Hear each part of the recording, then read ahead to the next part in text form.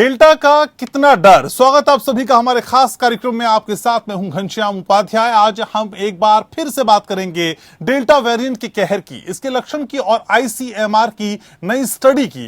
भारत में सबसे पहले मिला कोरोना का डेल्टा वेरिएंट लगभग आधी दुनिया में पहुंच चुका है। अब तक 96 देशों में इसके केस मिले हैं। वर्ल्ड हेल्थ ऑर्गेनाइजेशन ने आशंका जताई है कि आने वाले कुछ महीनों में यह ज्यादा हावी हो जाएगा, यानी इसके और कई देशों में फैलने का खतरा है।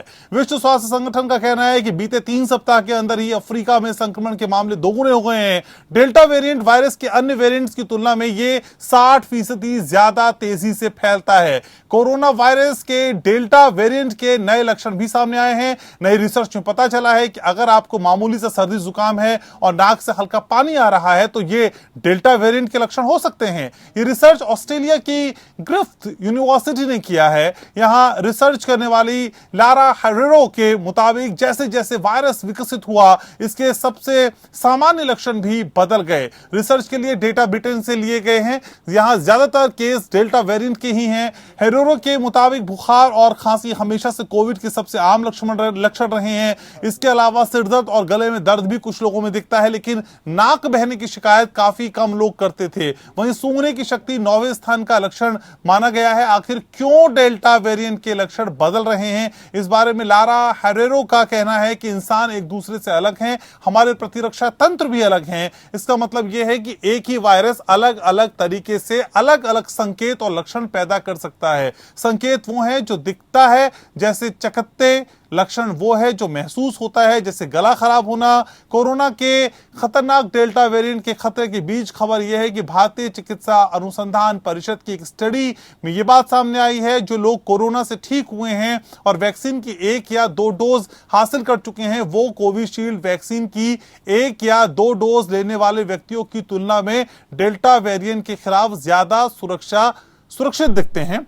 आईसीएमआर की स्टडी से पता चलता है कि ह्यूमोरल और सेलुलर इम्यून कोरोना वायरस के डेल्टा वेरिएंट के खिलाफ सुरक्षा में एक अहम भूमिका निभाती है, जो अन्य म्यूटेंट स्ट्रेन्स की तुलना में अधिक संक्रमणीय और विषाणु जनित हैं। रिपोर्ट के अनुसार स्टडी के निष्कर्षों से पता चला है कि कोरोना से ठीक हुए लोगों ने अगर वैक्सीन की 1 या 2 डोज ली हैं तो वो एक कोविशील्ड की 1 या 2 डोज लेने वाले अन्य लोगों की तुलना में डेल्टा वेरिएंट के खिलाफ ज्यादा सुरक्षित हैं। स्टडी के जरिए कोविशील्ड से प्रतिरक्षित व्यक्तियों की एंटीबॉडी प्रतिक्रिया को बेअसर करने का आकलन किया गया है। इससे पहले पिछले महीने आईसीएमआर ने भारत में कोरोना की तीसरी लहर की संभावना पर एक रिपोर्ट प्रकाशित की थी। रिपोर्ट में कहा गया था कि भारत में अगर कोरोना की तीसरी लहर आती है तो ये दूसरी लहर जितनी गंभीर नहीं होगी। बहरहाल सवाल यह है कि डेल्टा वेरिएंट अभी भी किस तरह बड़ा खतरा बना हुआ है, इसकी पहचान कैसे की जाए। क्या नाक बहने पर अब सतर्क होने की जरूरत है? क्या सरकार को नई गाइडलाइन जारी करने की जरूरत है? आईसीएमआर की नई स्टडी में भी जो खुलासा हुआ है उसका भी विश्लेषण हम करेंगे। और मेरे साथ चर्चा में बेहद खास पैनल जुड़ रहा है। परिचय मैं आपका करा दूं, मेरे साथ डॉक्टर अंशुमान कुमार जुड़ रहे हैं, सीनियर डॉक्टर हैं धर्मशिला कैंसर हॉस्पिटल से। मेरे साथ डॉक्टर अनीता रमेश चर्चा का हिस्सा हैं, सीनियर डॉक्टर हैं अपोलो हॉस्पिटल में। आप दोनों का बहुत बहुत स्वागत। डॉक्टर अंशुमान, शुरुआत चर्चा की आप ही से। सर, ये जो डेल्टा है ये तो बड़ा चकमा देने में माहिर है, क्योंकि जितना हम इसे समझ रहे हैं ये तो और स्मार्टली नए लक्षणों के साथ दिखाई दे रहा है। सर, इस डेल्टा को समझे कैसे असल में? घनश्याम जी, जो हिंदुस्तान में सबसे ज्यादा संक्रमण सेकेंड वेव में जिस जेनोमिक म्यूटेशन से देखा गया वो डेल्टा वेरिएंट था, और इसी डेल्टा वेरिएंट ने अपने अंदर वर्जन 2 जो किया था, सबसे ज्यादा वेरिएंट ऑफ कंसर्न हुआ। उसने सबसे पहला काम किया, इन्फेक्टिविटी बढ़ाई और इम्यून इवेडिंग मैकेनिज्म, मतलब इम्यून सिस्टम को चकमा देना सीख लिया। ये होता ही है, जब इम्यूनाइजेशन प्रोसेस आपका चलेगा, वायरस म्यूटेशन उस दरमियान होगा तो ये करेगा। फर्दर म्यूटेशन डेल्टा प्लस का जो आ गया, उसमें AY.1 करके जो म्यूटेशन आया है, उसमें उसके सिक्वेंशियल जीनोम में स्पाइक प्रोटीन के ऊपर ही म्यूटेशन आ गया, जिसके थ्रू ये वायरस ह्यूमन बॉडी में, ह्यूमन सेल में एंटर करता था। तो ये और फर्दर क्या किया, एक तो संक्रमण दर इसका बढ़ गया, उसके ऊपर से इम्यून इवेडिंग मैकेनिज्म की प्रक्रिया, चकमा देने की प्रक्रिया इसने ज्यादा सीख ली, जिसके कारण कॉकटेल एंटीबॉडी का जो आपने सुना था बीच में एक दवा आई, उसको भी नाकारगर ये साबित कर रहा है। और अगर उसको नाकारगर साबित कर रहा है, हालांकि उस पर भी रिसर्च चल रहा है तो क्या ये वैक्सीनेशन प्रोसेस से बनने वाली प्रतिरोधक क्षमता को भी नाकारगर साबित करेगा? हालांकि इस पर रिसर्च चल रहा है, लेकिन ये सब इसलिए जाहिर किया जा रहा है कि मोनोक्लोनल एंटीबॉडी को अगर चकमा दे रहा है तो हो सकता है ऐसा करे, और भविष्य में आने में कुछ वैक्सीन कंपनी को अपने वैक्सीन मॉडिफिकेशन की जरूरत है। संयोगवश कोवैक्सीन में एक एडजुवेंट हाइड्रोक्सीक्विन 2 टाइप का एडजुवेंट डाला गया है जो सेलुलर रिसेप्टर पे अच्छा काम करता है, ALR7 और 8 रिसेप्टर को एक्टिवेट करता है। तो ये बेहतर काम अपने इंडिया में जो दोनों पहले से लग रहे थे वो बेहतरी की तरफ है, ये एक अभी तक अच्छी बात है। जी, तो डॉक्टर अनीता रमेश, डेल्टा के जरिए नए लक्षणों को समझे कि कैसे, क्योंकि ब्रिटेन की स्टडी में पढ़ रहा था मैम, तो उसमें ये कहा गया जो हल्का सर्दी जुकाम भी है जिसे हम बहुत लाइटली अभी तक ट्रीट कर रहे थे वो भी कोरोना हो सकता है, और नाक बहना, नोज ब्लो करना भी एक रीजन है। तो माना जाए कि अब हमें नए लक्षणों को भी संजीदगी से लेना होगा, सेंसिटिविटी ज्यादा दिखानी होगी इन सिम्टम्स को लेके।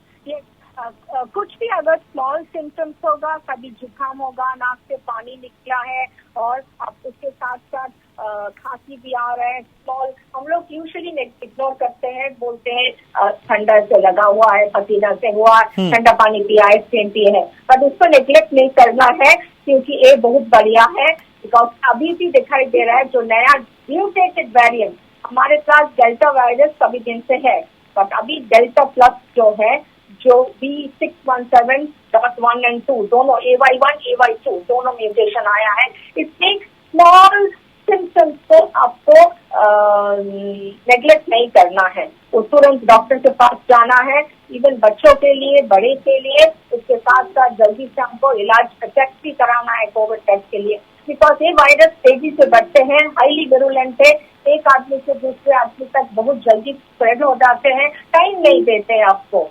इससे पता भी है इस जो वेरिएंट है इसमें वैक्सीन का काम थोड़ा बहुत कम है, अगर वैक्सीन 70% देते हैं उससे नीचे प्रोटेक्शन है ये वायरस के, वायरस इन्फेक्शन के। तो ये हमारा गार्ड में और करना है, मास्क हमारा तैयार करना है, सब समय पहनना है, 2 मीटर डिस्टेंस मेंटेन करना है और वैक्सीन भी लेना है आपको। जी ठीक है, लेकिन डॉक्टर अंशुमान जरा ये भी समझाइए मेरे व्यूवर्स को सर कि वायरस के इतने अधिक म्यूटेशन के पीछे वजह क्या है? लगातार बढ़ते जा रहे हैं सर, किसको समझें किसको ना समझें, बड़ी स्थिति खराब हो जाती है कई बार। म्यूटेशन होना वायरस की एक स्वाभाविक प्रक्रिया है। वायरस जब तक ट्रांसमिट होता रहेगा, मतलब एक इंसान के शरीर से दूसरे इंसान के शरीर में जाना चाहेगा, तब तक म्यूटेशन क्या होता है, वायरस जब रेप्लिकेट करता है उससे कुछ गलतियां हो जाती है अपने संरचना को बनाने में। वो गलतियां अगर हमारे लिए कंसर्न की बात होती है, हमारे लिए इंपॉर्टेंट होती है, तो हम उसे वेरिएंट ऑफ कंसर्न कर देते हैं। अदरवाइज म्यूटेशन 24,300 से ऊपर म्यूटेशन हो चुके हैं अभी तक कोरोना वायरस के, इतनी चर्चा नहीं हुई। कुछ चर्चा क्यों करनी पड़ती है? क्योंकि जो कंसर्न करे, या तो संक्रामक दर बढ़ा दे, मारक क्षमता बढ़ जाए, या कोई एस्टैब्लिश ट्रीटमेंट प्रोटोकॉल को चैलेंज कर दे, जैसे मोनोक्लोनल एंटीबॉडी कॉकटेल को चैलेंज कर दे, या वैक्सीन को नाकारगर कर दे रहे। 4 अभी तथ्य ऐसे चल रहे हैं कि अगर इनको चैलेंज करेगा तो वेरिएंट ऑफ कंसर्न हम कहेंगे। और ये जितनी लंबी प्रक्रिया चलेगी ट्रांसमिशन चेन को तोड़ने में, उतने नए नए वेरिएंट, नए नए म्यूटेंट आते ही रहेंगे। इसीलिए एक्सपर्ट का डे 1 से रिकमेंडेशन है वैक्सीनेशन प्रोसेस को फास्ट करके जल्दी से आप हर्ड इम्यूनिटी की तरफ प्रोग्रेस कीजिए। वही एक तरीका है कि हम म्यूटेशन को फर्दर रोकेंगे। वायरस खत्म नहीं होगा, लेकिन सुसुप्तावस्था में चला जाएगा, हाइबरनेशन में चला जाएगा, हमारे वातावरण में रहेगा, लोगों को डैमेज नहीं पहुंचाएगा। उसके लिए एक ही लक्ष्य रखना चाहिए, वैक्सीनेशन प्रोसेस को फास्टिंग करके मैक्सिमम पॉपुलेशन को हर्ड इम्यूनिटी रख ले जाए। लेकिन डॉक्टर अनीता रमेश, जो अंशुमान जी कह रहे हैं कि हर्ड इम्यूनिटी की ओर हमें बढ़ना है, लेकिन वैक्सीनेशन की जो रफ्तार है उसके हिसाब से हम हर्ड इम्यूनिटी से कितने दूर दिखाई देते हैं? हमारे एफर्ट्स में कितनी तेजी और लेके आनी होगी मैम? हर्ड इम्यूनिटी एक बड़ी बात है। अभी लास्ट एक स्टडी आया है मुंबई से, वहीं पे जो दिखाई गई है स्लम वाले बच्चे को और बच्चे को, ओके, जो स्टडी अभी निकला है, दिखाई दिया है एंटीबॉडी टाइटर वो बच्चों में ज्यादा है। ओके, वो बच्चे बाहर जाते हैं, खेलते खोलते हैं, सबके साथ मिलते हैं, 2 रिस्ट्रिक्शंस है, उसी वजह से उनके शरीर में एंटीबॉडी बन चुका है। और ऐसे ही बच्चों को उतना तेज इन्फेक्शन नहीं हो रहा है और ये जो एंटीबॉडी अंदर बन चुके हैं वो उनको प्रोटेक्ट करते हैं। तो लगभग there is some sort of protection 68% दिखाई दे गया मुंबई का बच्चों में, एक स्टडी जो मुंबई कॉर्पोरेशन से रिलीज हुआ है। तो इसमें एक गुड न्यूज है कि यस हमारे पास अभी हर्ड इम्यूनिटी का बात चल रहा है, यस दिखाई दे रहा है बच्चों में हर्ड इम्यूनिटी है। ये अच्छा खबर है कि आने वाले थर्ड वेव अगर बच्चे को अफेक्ट हुआ तो यस मामूली सा वेव होगा, ज्यादा प्रॉब्लम नहीं होगा और धीरे धीरे ठीक हो जाएगा। ओके, तो इसी से हर्ड इम्यूनिटी का है। और हम एक बार और बात ही बताना चाहते हैं, जैसे हम कैंसर स्पेशलिस्ट हैं तो कैंसर का सेल्स का भी ऐसे करके जेनेटिक मटेरियल वो बदलते रहते हैं, वायरस भी बदलते रहते हैं। काफी पहले भी हिस्टोरिकल टाइम में बहुत सारे वायरस 5 बार वेव आया है, तो साथ वायरस का दूसरा था। तो वेव कुछ खतरनाक होता है, कुछ वेव मामूली होता है, कुछ वेव पता नहीं चलता है, अच्छा है।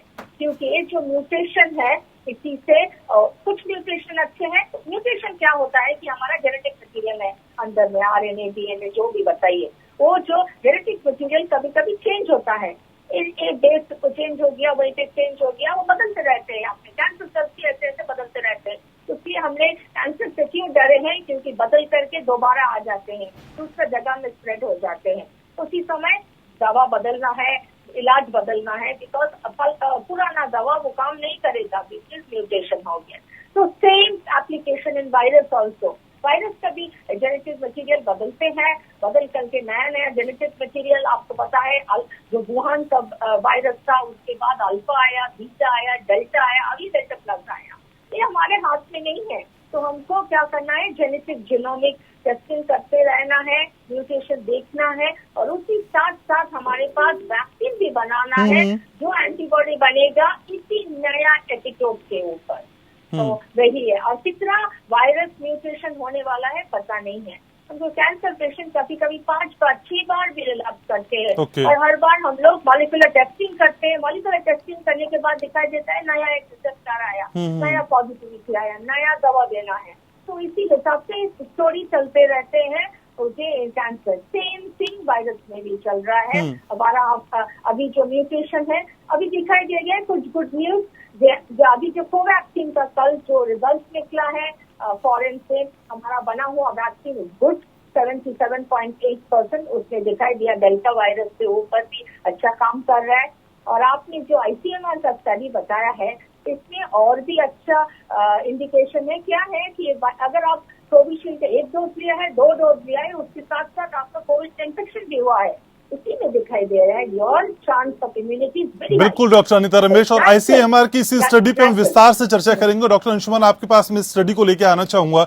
डॉक्टर अंशुमान कुमार, ब्रेक से पहले सर हम बात कर रहे थे असल में ICMR की रिपोर्ट का, जिसका जिक्र डॉक्टर अनीता रमेश ने किया। सर, अगर आपको कोविड हुआ है और 1 डोज भी अगर आपने लगाई है तो फिर ज्यादा चिंता की बात नहीं है। सर, क्या ये माने कि दूसरी डोज की फिर जरूरत ही नहीं है, या फिर ये सिर्फ रिलैक्स हम खुद को कर सकते हैं, एहतियात हमें पूरे करने होंगे?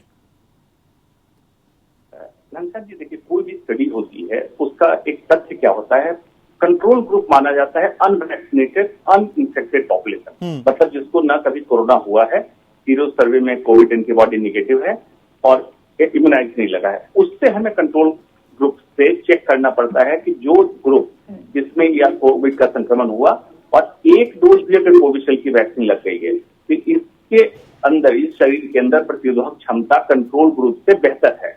इसका मतलब ये नहीं है कि सेकेंड डोज रिकमेंडेड नहीं है। ये जरूर है कि जो बिल्कुल ही प्रोटेक्टेड नहीं थे वो प्रोटेक्शन उनका बढ़ गया, क्योंकि कुछ इन्फेक्शन से एंटीबॉडी बनी जिसकी मेमोरी सेल इम्यूनिटी के तहत मेमोरी सेल ऑलरेडी स्टोर्ड है, तो फर्स्ट डोज इटसेल्फ ही चैलेंज का काम करती, बूस्टर का काम कर जाती है। लेकिन अभी तक कोई ऐसा रिकमेंडेशन नहीं आया है कि फर्स्ट डोज के बाद इसको बूस्टर डोज हम नहीं लगाएंगे। ICMR ने ये जरूर कहा है कि this group is better than unvaccinated uninfected group, इतना ही अंतर है जी। तो डॉक्टर अनीता रमेश, असल में वैक्सीनेशन को आप कितना इंपॉर्टेंट मानती हैं? क्योंकि वैक्सीनेशन पे लगातार जोर दिया जा रहा है और कहा भी जा रहा है कि बिना इसके काम नहीं चलने वाला है, लेकिन मैम वैक्सीनेशन को लेकर भी लोगों में कई तरह के भ्रम है। लोगों को वैक्सीन के बाद बुखार आ जाता है तो वैक्सीन को ही कई तरह के आरोप लगाने लगते हैं। वैक्सीनेशन को लेकर क्या अभी अवेयरनेस की कमी है या फिर ठीक चल रहा है सब कुछ? वैक्सीनेशन के अवेयरनेस पहले कम था, बहुत हेजिटेंसी था, बहुत आदमी को वापस आया नहीं, डोज भी नहीं लिए, पर्टिकुलरली विलेजेस में, रूरल में, इवन अर्बन में भी एजुकेटेड पीपल नहीं लिए इससे। ओके, मिसकंसेप्शन था, ओके, सोशल मीडिया इन्फॉर्मेशन था। जब हमारा पास सेकेंड वेव आया और हम दिखाई गया बहुत सारे आदमी को बहुत हो गया और कितना आदमी एडमिशन हो चुके, सब डर से मारे अभी हेजिटेंसी चला गया है उनको। ओके, तब कोई उतना हेजिटेंट नहीं है।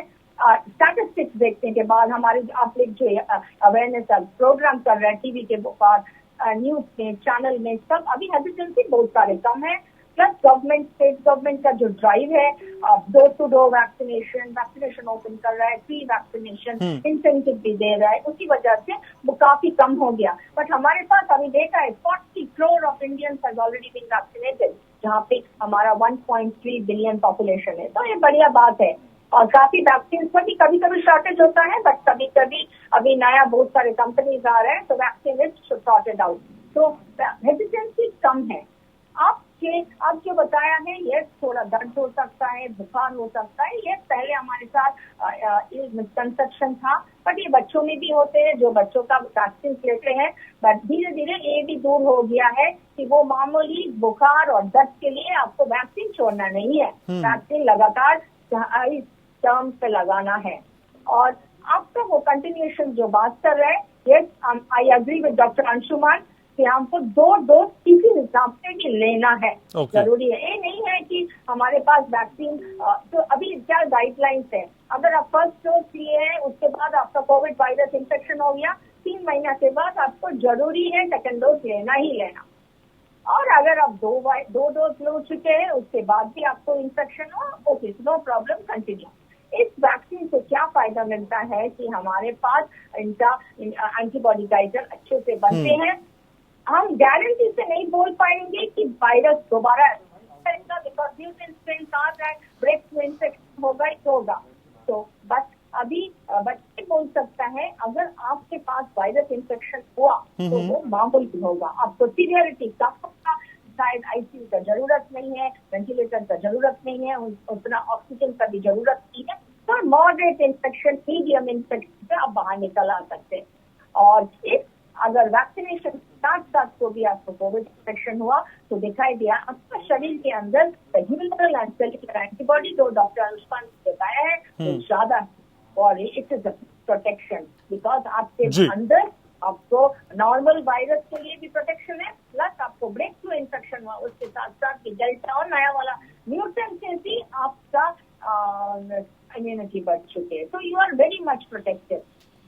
तो हमको कहीं नॉट ओनली एक तरीका से इम्यूनिटी नहीं बढ़ेगा, बिकॉज वैक्सीन आपको 100% गारंटी नहीं देते हैं। तो सेल्यूलर ह्यूमरल इम्यूनिटी बनाने के लिए हम ये नहीं बोल रहे हैं कि इन्फेक्शन होना चाहिए, बट अगर इन्फेक्शन हुआ है एंड वैक्सीनेशन लिए हैं, अब अच्छे हैं, तो अब आपके अंदर इम्यूनिटी काफी है। ठीक है डॉक्टर अंशुमान, एक चीज से मैं आपसे और समझना चाहता हूं, जो लोग कैंसर से पीड़ित हैं, जिनका इलाज चल रहा है, जिनकी कीमोथेरेपी हो रही है और इस बीच उनका कोई डोज ड्यू है, पहली डोज लगाने के बाद सेकंड डोज का टर्म आ रहा हो, तो सर क्या वो कीमोथेरेपी के साथ अपना सेकंड डोज लगवा सकते हैं? बिल्कुल, देखिए ये एक कॉम्प्लेक्स सिनेरियो है। कीमोथेरेपी जो देते हैं उसमें कुछ कीमोथेरेपी, सारी कीमोथेरेपी नहीं, कुछ कीमोथेरेपी ऐसी होती है जो बोन मैरो सप्रेशन कराती है, और बोन मैरो सप्रेशन का मतलब है कि जनरल इम्यूनिटी को इम्पैक्ट करती है, जिसमें सेलुलर न्यूट्रोफिल और इस तरह की जो प्रोटेक्शन वाले सेल्स हैं हमारे कम होते हैं। इनडायरेक्ट इसका, अच्छा, जो वैक्सीन आप देते हैं वो भी चैलेंज दे रहा है आपके बॉडी को एंटीबॉडी बनाने में, दोनों तरीके की, cellular as well as humoral immunoglobulin. उस समय कीमोथेरेपी देने के बाद इसका इम्यून सिस्टम पेशेंट का रिकवर होने लगता है, नॉर्मल की तरफ जाने लगता है। तो ऐसी कंडीशन में हम लोग रेकमेंड करते हैं जो ट्रीटिंग ऑन्कोलॉजिस्ट हैं उनके संपर्क में रह के ही आप डोज लें, मतलब वैक्सीन की डोज का प्लेसमेंट कीमोथेरेपी की डोज की प्लेसमेंट से ऐसे सुचारू रूप से किया जाए कि जब वैक्सीन चैलेंज दें तो आपकी बॉडी एंटीबॉडी बना सके, न कि इम्यून सप्रेस स्टेट में आप रहें उस समय। बस इतना ही सामंजस्य बिठाना है, ये ऑन्कोलॉजिस्ट पे आप छोड़ दें। और जिनका कैंसर मरीज का इलाज कंप्लीट हो चुका है, सर्जरी होनी थी, कीमो होनी थी और नॉर्मल है, उनके लिए सेम गाइडलाइन है जो एक नॉर्मल पॉपुलेशन के लिए है। सिर्फ रनिंग कीमोथेरेपी में, ऑनगोइंग कीमोथेरेपी में गाइडलाइन ऑन्कोलॉजिस्ट के कंसर्न में रह के ही। जी सर, शो को वाइंड अप करूं डॉक्टर अंशुमान, एक सवाल और इसी से जुड़ा हुआ सर, जो गर्भवती महिलाएं हैं और जो माएं असल में फीड कराती हैं सर, उनको भी वैक्सीन लेने में किसी तरह की कोई दिक्कत नहीं है? और प्रेगनेंसी क्या कोई खास समय है, 1 महीना, 2 महीना, 9 महीना या फिर 6 महीना, कहीं पे क्या हम इससे थोड़ा सा दूर हो सकते हैं, वैक्सीन नहीं लगानी है, या हम कभी भी वैक्सीन के लिए जा सकते हैं? इसको तो बिल्कुल क्लियर कर दिया गाइडलाइन में, स्तन पास करने वाली महिलाएं वैक्सीन लें, कोई दिक्कत नहीं है। और जो गर्भवती महिलाएं वो भी जाके वैक्सीन ले सकती हैं। इस पर जब तक रिसर्च रिपोर्ट नहीं आएगी तब तक हम लोग हेजिटेंट है प्रेग्नेंट लेडी के लिए। लेकिन अब उसको भी क्लियर कर दिया, प्रेग्नेंट लेडी में सेफ है, आप जा सकते हैं। ठीक है डॉक्टर अंशुमान, बहुत शुक्रिया, आपका समय निकाला। डॉक्टर अनीता रमेश, कार्यक्रम में जुड़ने के लिए बहुत शुक्रिया, थैंक यू सो मच। तो आपको इस डेल्टा से डरना नहीं है, घबराना नहीं है, एहतियात बरतने हैं, और एपीएन लगातार आपको ये समझाता रहेगा, हम आपको बताते रहेंगे कि किस तरह के एहतियात आपको बरतने हैं, क्योंकि सिर्फ हम खबरें नहीं दिखाते हैं, हम आपसे जुड़े हुए हैं और आपके सुख दुख में साझी बने हुए हैं। तो आप अपना ख्याल रखिए, अपनों का ख्याल रखिए और सारे एहतियात बरतिए, और जितनी भी गवर्नमेंट गाइडलाइंस हैं उनको फॉलो करना बिल्कुल ना भूलिए। और हाँ, वैक्सीनेशन की तरफ अपने कदमों को लगातार बढ़ाते रहिए। बहुत शुक्रिया आप सभी का, नमस्कार।